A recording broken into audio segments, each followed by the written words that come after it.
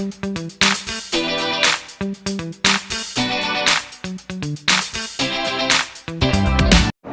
अपने जिले के अंदर शिक्षकों को नेतृत्व देने वाले मेरे साथी जिलाध्यक्ष विनोद जी पूनिया, महिलाओं को नेतृत्व देने वाली जिले के अंदर महिला विंग की जिला संयोजक संतोष ढाका, प्रांतीय नेतृत्व के अंदर शामिल और प्रांतीय वरिष्ठ उपाध्यक्ष सुमन जी भानुका, और मेरे मंच के बाईं ओर विराजमान समस्त प्रांतीय प्रतिनिधिगण, जिला कार्यकारिणी के सदस्य, ब्लॉक अध्यक्ष मंत्री और फतेहपुर की वो तमाम टीम जो इस सम्मेलन को कामयाब बनाने के लिए रात दिन एक किए हुए हैं।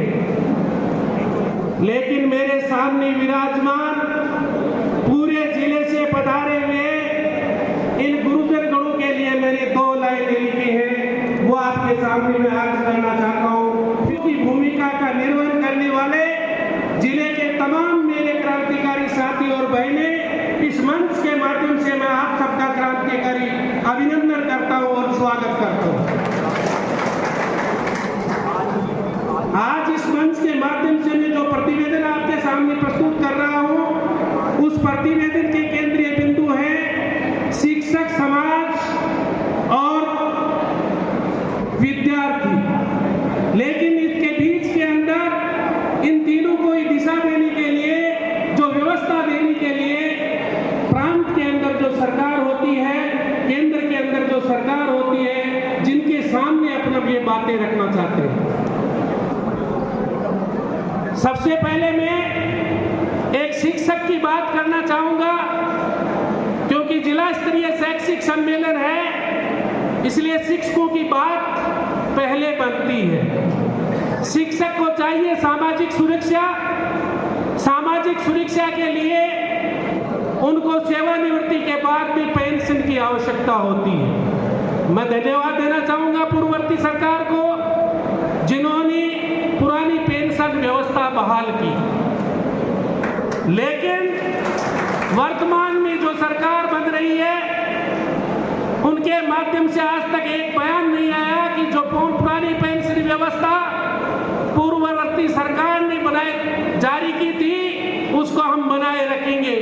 इसलिए मंच के माध्यम से इस जिला सम्मेलन के द्वारा प्रांत की सरकार को, इस राज्य सरकार को मैं चेतावनी देना चाहता हूं कि इस पुरानी पेंशन व्यवस्था के साथ अगर किसी प्रकार की छेड़छाड़ की तो 24 घंटे के अंदर राजस्थान का कर्मचारी इस राजस्थान को ध्यान कर देगा।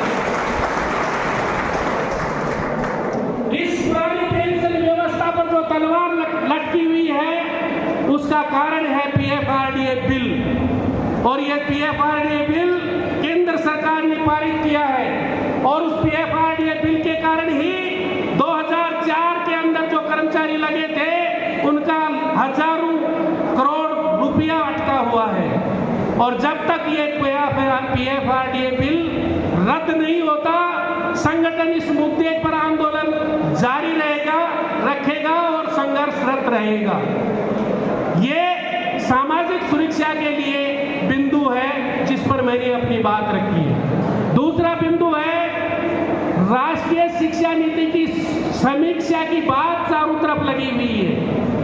पूर्ववर्ती सरकार के सामने भी प्रांतीय सम्मेलनों में और जिला सम्मेलनों में हमने ये मांग रखी थी कि राष्ट्रीय शिक्षा नीति जो राजस्थान के अंदर लागू की जा रही है, उसकी समीक्षा की जाए। क्योंकि इसकी समीक्षा इसलिए हम चाहते थे क्योंकि राष्ट्रीय शिक्षा नीति 2020 के अंदर नियमित नियुक्ति का कोई प्रावधान नहीं है।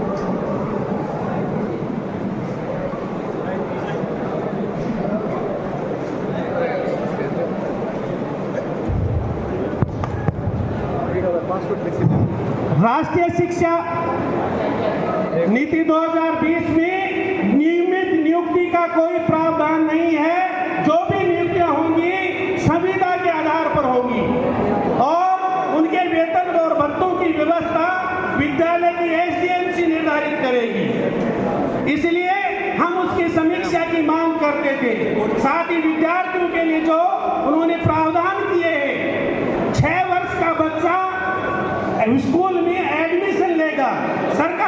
उनके लिए प्रावधान लागू है। माननीय विधायक साहब यहाँ बैठे हैं, हमने बार बार मांग की, लेकिन आपकी सरकार ने भी उस पर ध्यान नहीं दिया और आज आप यहाँ हमारे बीच विराजमान है। और इस सरकार को भी हम चेतावनी देना चाहते हैं कि इस राष्ट्रीय शिक्षा नीति की समीक्षा की जाए। अभी सीबीओ साहब कह रहे थे नामांकन गिर रहा है, नामांकन गिरने का कारण 6 वर्ष से बच्चा स्कूल सरकारी में एडमिशन लेने के लिए पाबंद है, लेकिन निजी विद्यालय के अंदर वो 4 साल का एडमिशन ले सकता है।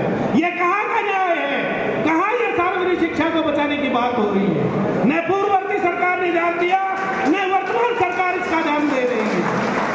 इसलिए हम मांग करते हैं कि राष्ट्रीय शिक्षा नीति 2020 की समीक्षा की जाए और समीक्षा करने के बाद में इसको लागू किया जाए। अगली बात मैं करना चाहूंगा, विद्यालयों के अंदर जो शैक्षिक ढांचा है उसको सुधारा जाए। और सुधारे कौन? सरकार। जो पूर्ववर्ती सरकार थे उनके एक नुमाइंदे हमारे बीच बैठे हैं। विद्यालयों के अंदर स्थिति सुधारने के लिए जरूरी है कि शिक्षकों को कक्षा कक्ष में काम करने दिया जाए।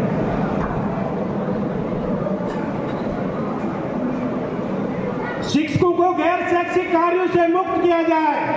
माननीय विधायक साहब, आपने देखा होगा कि आपकी जब सरकार थी तो फतेहपुर की रोडों पर शिक्षक ये आंदोलन कर रहे थे कि हमारा गैर शैक्षिक कार्यों से मुक्त किया जाए, लेकिन आप एक बार भी नहीं बोले। और इस सरकार से भी हम मांग करना चाहते हैं, शिक्षक पढ़ाना चाहता है उसको पढ़ने का मौका दिया जाए। उससे हजारों काम ऐसे करवाए जाते हैं जिससे कक्षा कक्ष में शिक्षक समय नहीं दे पाता है। क्या ये संगठन की मांग जायज नहीं है? शिक्षक किस लिए बना है? विद्यार्थियों को शिक्षा देने के लिए बना है। शिक्षा देने के अलावा सारे काम शिक्षक से करवाए जाते हैं। इस मंच के माध्यम से मैं सरकार से मांग करना चाहता हूं कि शिक्षकों को गैर शैक्षिक कार्य से मुक्त किया जाए और आरटी के अंदर जो कानून का प्रावधान है उसको लागू किया जाए। 4 साल से शिक्षकों के सभी संवर्गों की डीपीसी बकाया है। अगर विद्यालय के अंदर शिक्षण व्यवस्था सुधारनी है तो शिक्षकों की डीपीसी होनी चाहिए। 4 साल से भी बकाया है।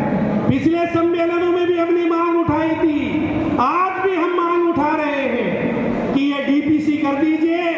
इन डीपीसी करने से आपके जेब से कोई पैसा नहीं जाता, इन विद्यालयों की दशा सुधर सकती है, विद्यार्थियों के लिए योग्य शिक्षक मिल सकते हैं और नई भर्ती का रास्ता खुल सकता है। लेकिन सरकार इस तरफ ध्यान नहीं देती, मजबूर होकर के हमें सड़कों पर उतरना पड़ता है।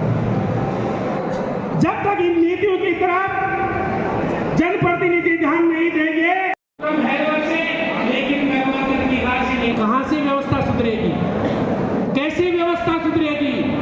लेकिन संगठन इन व्यवस्थाओं के खिलाफ भी लड़ रहा है और विद्यालय के अंदर अपना कर्तव्य का पालन भी कर रहा है। सामाजिक सरोकारों के अंदर भूमिका निभाने की भी अपेक्षा करता है। तो ये सामाजिक सरोकार चाहे कोरोना का हो, चाहे अन्य कहीं भी पीड़ित पक्ष का हो, शिक्षक संगठन हमेशा उनके साथ खड़ा रहा है और खड़ा होता रहेगा। तो हम समाज की अपेक्षाओं पर खरा उतरने का प्रयास करते हैं और हम इस सम्मेलन के माध्यम से आम शिक्षक से भी अपील करते हैं कि समाज की अपेक्षाओं पर खरा उतर करके ही हम इस सरकार से दो हाथ कर सकते हैं, वरना अकेले अपने कर्मचारियों के बल पर ये सरकार को हम नहीं झुका सकते।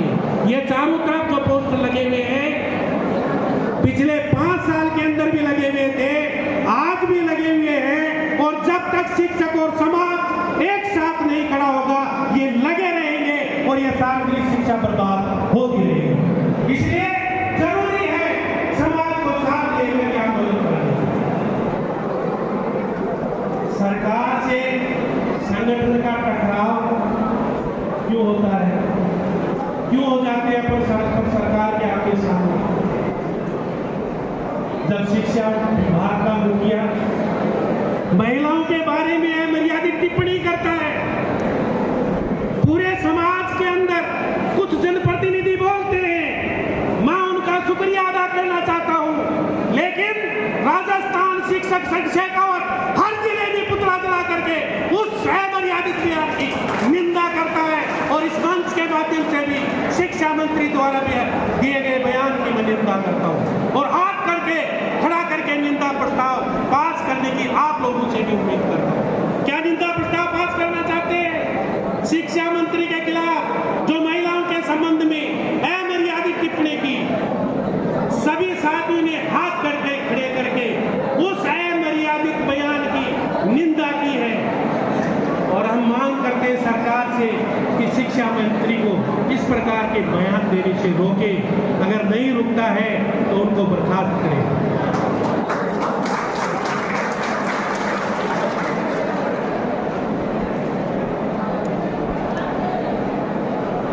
मैं काफी, मेरे को शायद 25 मिनट दिए थे और मैं बातें करते करते आगे पहुंच गया।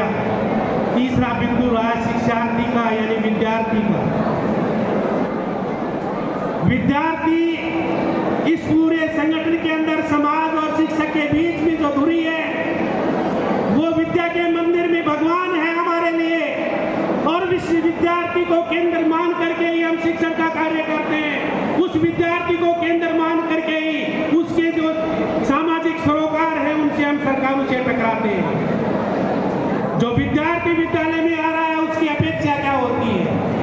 उसकी अपेक्षा होती है कि वो अच्छा पढ़ लिख करके श्रेष्ठ नागरिक बने और अच्छे अंक ला करके सरकारी सेवा के अंदर नौकरी लगे। सरकारी सेवाओं में नौकरी सबसे ज्यादा मिलती है शिक्षा विभाग में और शिक्षा विभाग के अंदर जब परीक्षाएं होती है